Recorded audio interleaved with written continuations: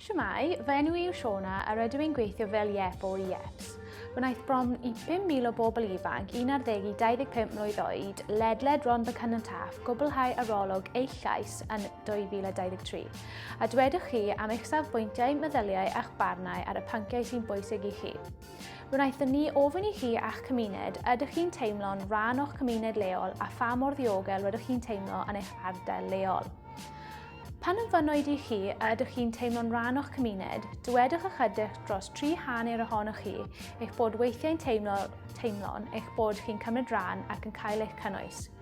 Dywedodd 1 o bob 5 ohonoch chi y byddai cael mwy o lais yn eich cymuned yn eich helpu i deimlo fel eich bod yn chwarae rhan fwy.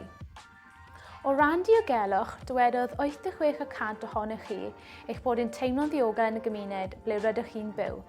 Eich awgrymiad mwyaf cyffredin o ran sut i wella diogelwch oedd teledu cylch cyfyng ychwanegol, rhagor o oleuadau a rhagor o swyddogion yr heddlu yn yr ardal.